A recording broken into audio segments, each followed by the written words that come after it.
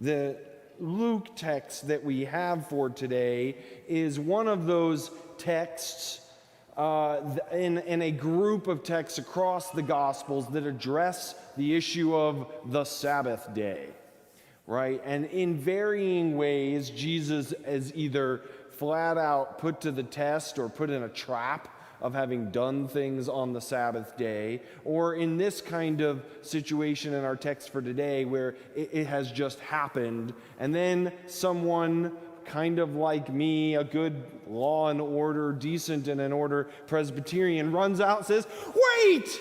You can't do that! It's the Sabbath day! We don't do work on the Sabbath day." In my favorite of the Sabbath controversy moments in the gospel, Jesus turns that around by responding that the Sabbath was made to keep humans human. Not humans were made to keep the Sabbath, the Sabbath. In other words, the rules, the decent and in order, the 10 Commandments level prohibition against work on the Sabbath isn't because there's something necessarily holy about keeping the law, but the law was meant to keep us in a place of life. So why, Jesus says, would it make sense for me to deny someone life-healing power which honors the Sabbath?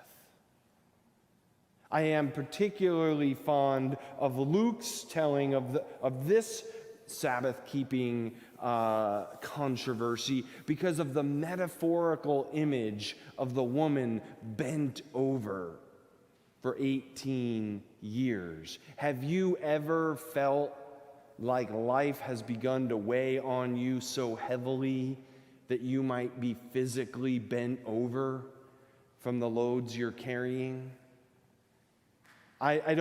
We don't know, we're not given privy to know her story, how it began, what happened along the way. We just know that at some point 18 years before the happenings in Scripture, she had become known as bent over.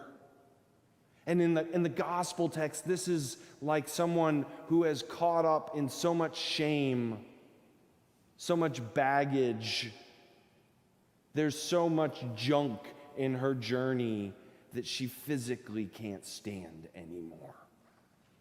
And so we could look at it as a simply physical story of someone who was bent over and whom Jesus miraculously heals, and now their spine works together. But there's actually almost more power in imagining that she is under the burden of shame and stories and narratives that don't allow her to stand tall and proud. And Jesus has come, as Jesus came to all of us, to free us from that kind of yoke.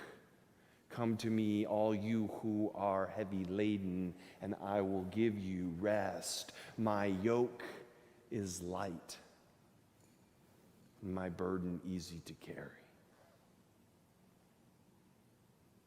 When I was serving at General Assembly this last summer, Presbyterians were decent and in order, right? We're God's frozen chosen. We've got 500 pages of Constitution to tell us how to do exactly what to do at any given moment, right? And there was a comment made that I love that said, anytime that stops us from doing something gospel, then we have a problem, right?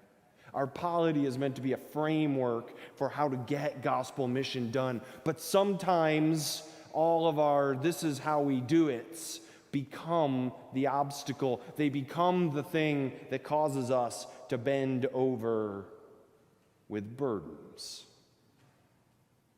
Jeremiah had a burden.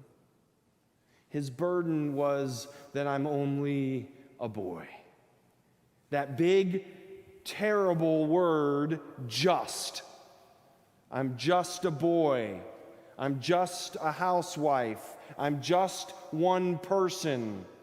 I'm just a female. I'm just whatever we put after it, whatever society has put after it when it told us time and time again that you didn't have the power or the authority to do the things you wanted to do.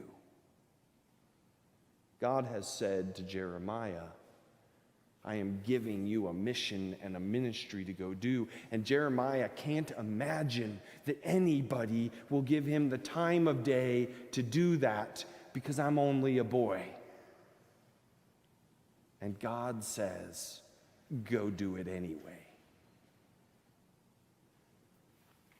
You know, I'm sure most of you know the story of Malala, and I'm not going to share her last name because I'll pronounce it terribly wrong. She's Pakistani. She has won the Nobel Peace Prize in 2015 for her advocacy work on promoting education for women in Pakistan, and particularly throughout Taliban-controlled areas. And she's been a strong advocate for education, and her advocacy gained a larger context, largely because in a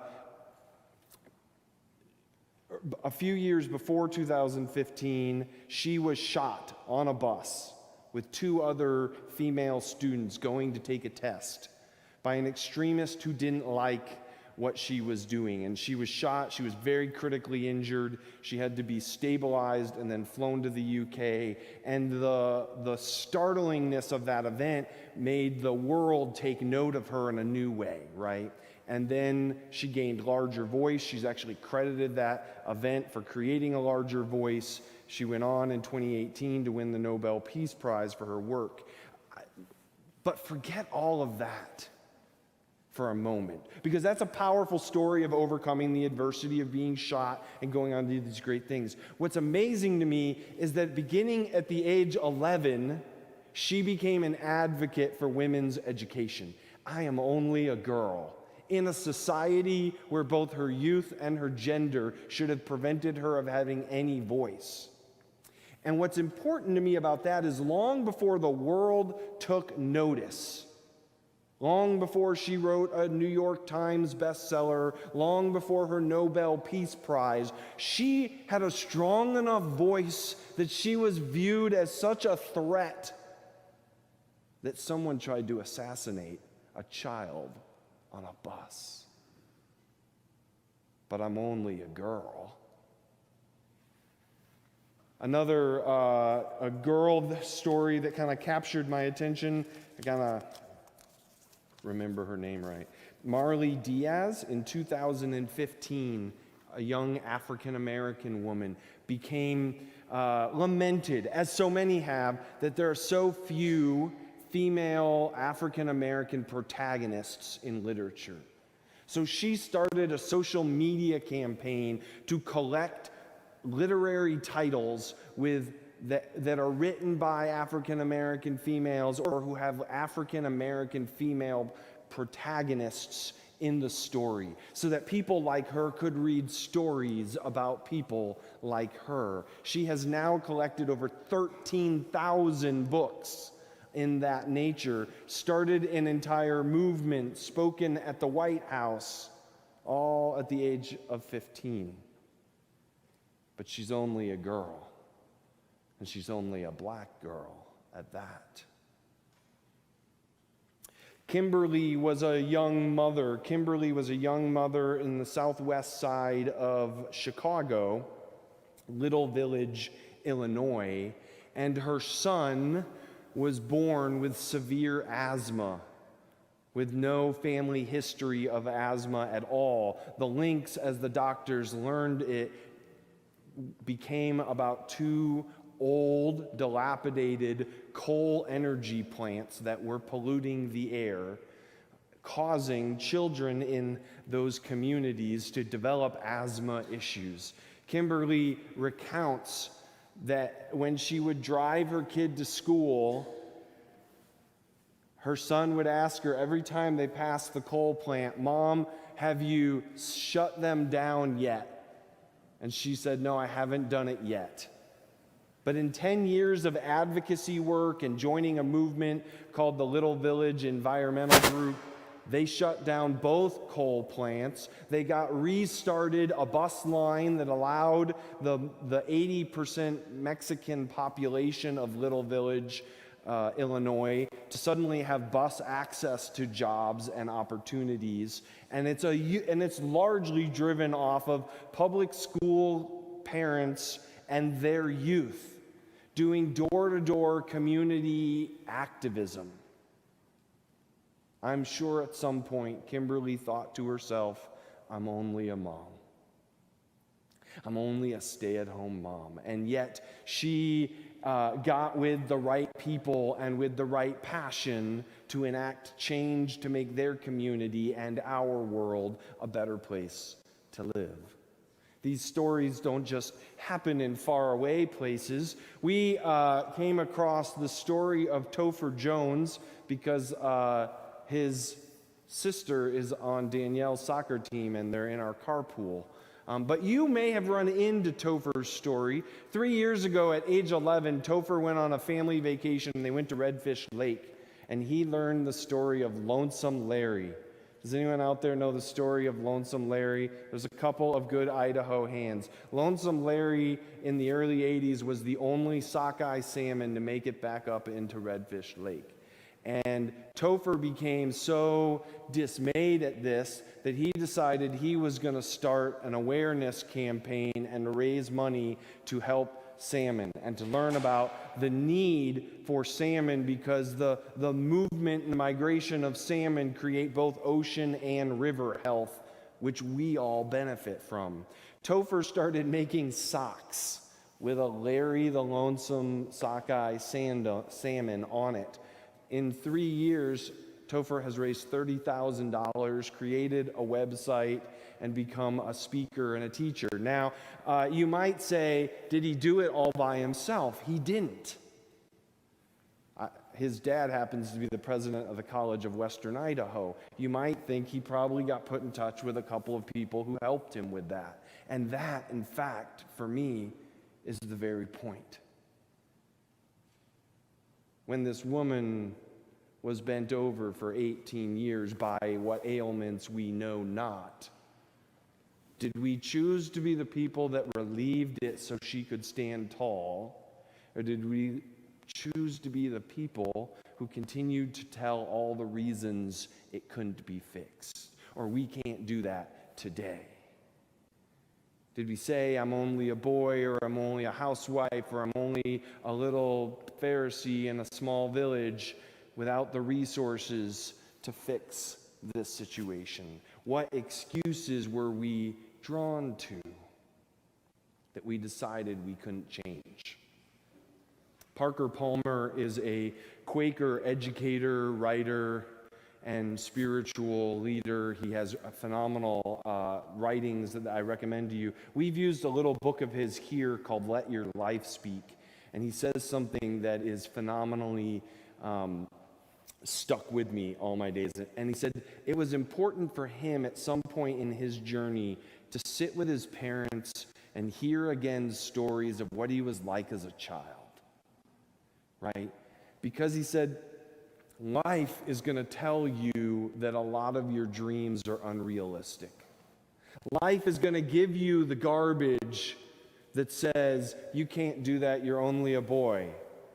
Or you can't do that because you're a female. Or you can't do that because all you know how to do is raise your children.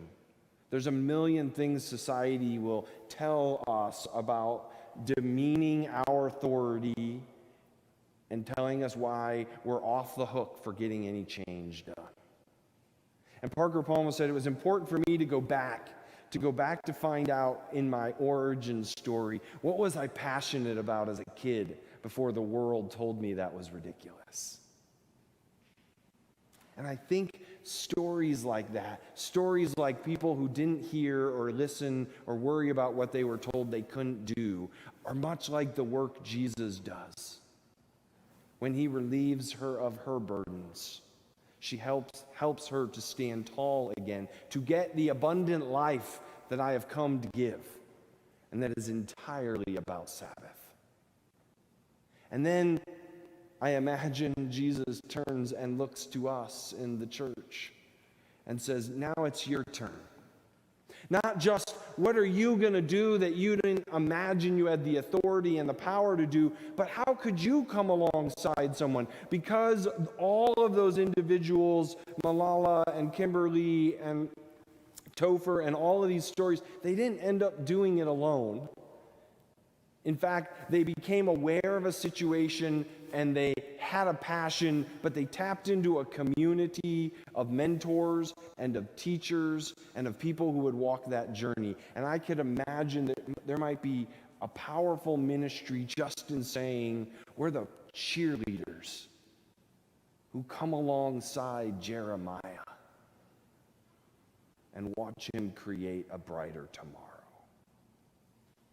That is a gospel ministry. Or we could just tell him he's a little boy. This is the word of our Lord.